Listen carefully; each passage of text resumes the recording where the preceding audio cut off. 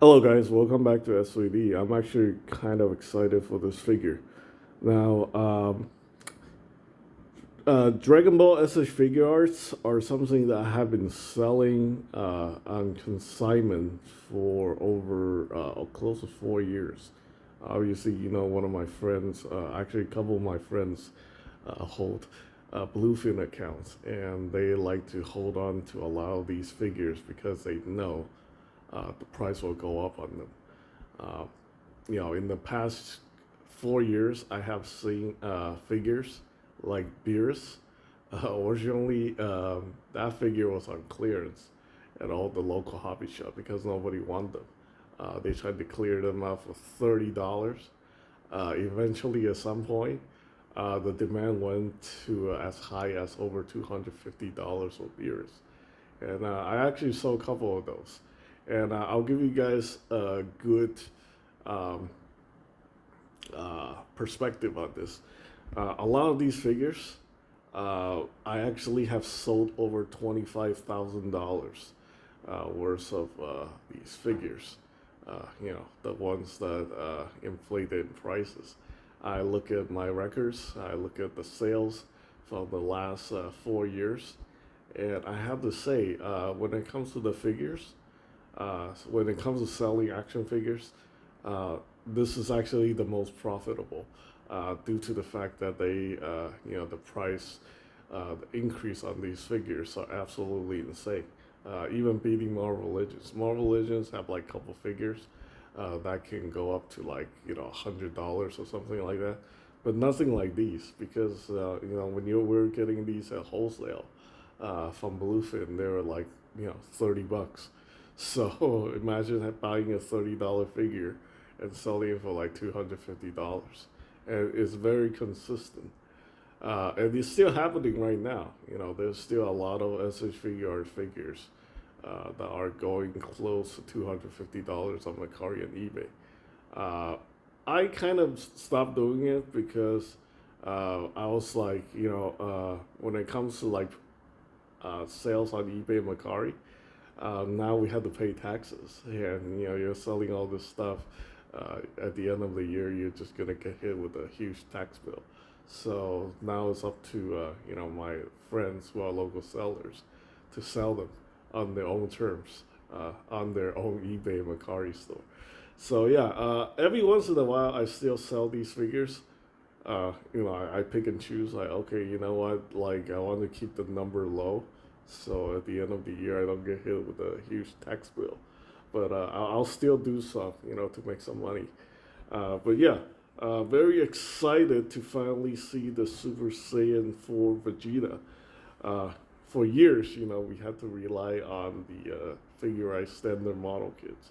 The proportions are wonky, the scale is weird, and the build process for those the figurized standard model kits really doesn't hold up. When they were first introduced, I thought they were great as a alternative to as a Figuarts.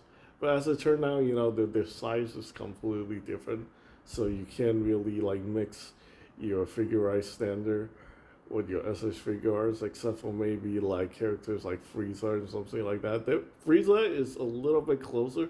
I guess you can kind of fudge it with certain characters, but for the most part, the line is very, it's and I think at this point the figurized standard line for Dragon Ball is dead. So I don't think we're gonna get like any more figures from the figurized standard line uh, in the future. I don't think they're gonna do like characters that people want. Anyway, yeah, it's I honestly don't think they're gonna like put too much effort into it because the common writer stuff for the figurized standard, they are picking up steam, and I think they're focusing a lot on the common writer figurized standard. The thing with the common writer ones, uh, I mean, they still can really compare to uh,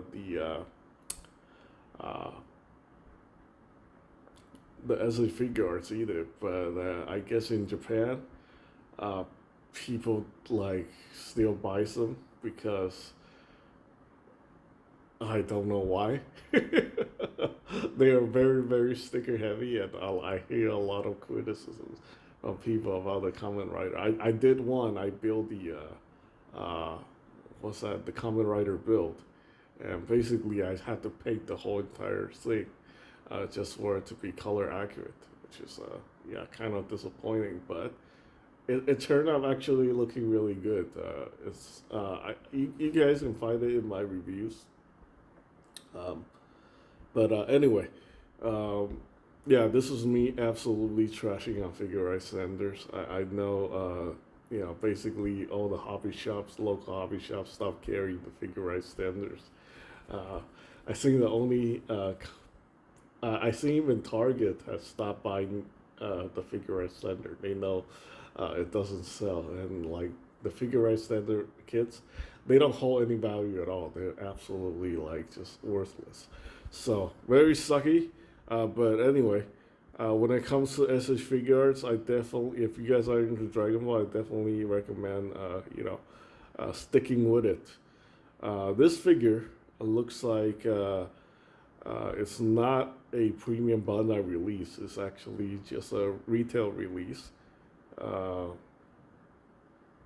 yeah, $51. That's actually not bad. Consider, a lot of these figures used to be, $35 to $40, right? We're seeing a price hike, but not crazy like Robot Damacy. I guess if you're into, Vegeta, you should definitely consider picking this guy up. The Super Saiyan 4 Goku SH Figuarts. That one's actually close to $120 now. If you guys were lucky to get it, early pre-order, I think you can probably have gotten it for like $75. But this Vegeta at $51 is an absolute steal.